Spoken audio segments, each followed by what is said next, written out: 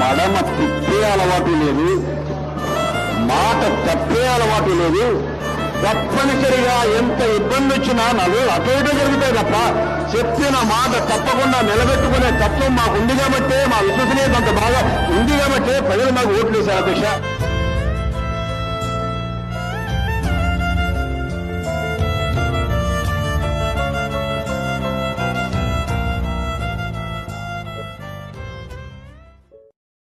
జగన్ మాట ఇచ్చాడు అనంటే, జగన్ మాట ఇచ్చాడు అనంటే తగ్గేదే లేదు అని కూడా ఈ సందర్భంగా చెప్తా ఉన్నాను.